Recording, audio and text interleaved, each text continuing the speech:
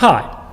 So for today's video I prepared something a bit different, given that my leadership series has now reached an audience of more than 25,000 people on a monthly basis. So I went ahead and did some research to try to find some interesting correlations between the least and the most popular videos in the series, and essentially to try to see if there's any significant difference in performance between the two groups. At first, I gathered the videos from my YouTube channel's leadership series into a list, I extracted the company names, and then sorted the list from the most to the least viewed. So we end up with these two groups.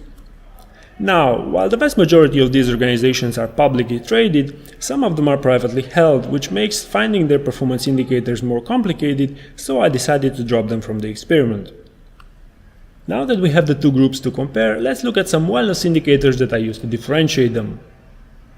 How do we know if a company does well? And the most elegant way to do this is by looking at their earnings. So I went ahead of Wall Street Journal's website and researched what could be the most interesting indicators of a company's wellness within an HR context. The first area that caught my curiosity is to search if there's any significant increase in revenue per employee, at least for the most popular ones.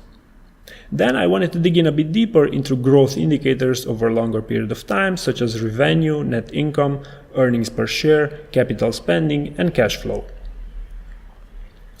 Let's begin with the revenue per employee. For the most popular group, it's an average of $592,000 over 2017, while for the least popular one, it's slightly lower at $528,000. So there's a 12% difference here, but it's not as impressive as I would have hoped. Now, looking at the growth indicators for a longer period of time, I started with the earnings per share, which in case of the first group was 36.5% in average over 5 years, while for the second group it was just over 14%. So the popular ones reported more than 2.5 times more earnings per share than the rest.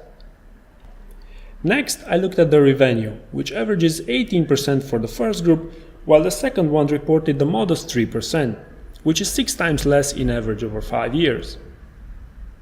And the performance gaps continue to show also in terms of net income, where the popular ones reported 3.5 times more compared to the second group. Is there a difference in capital spending increase between the two groups? While the first group reported a 25% increase over 5 years, the second group was 6 times less likely to spend. And finally, let's look at their cash flows.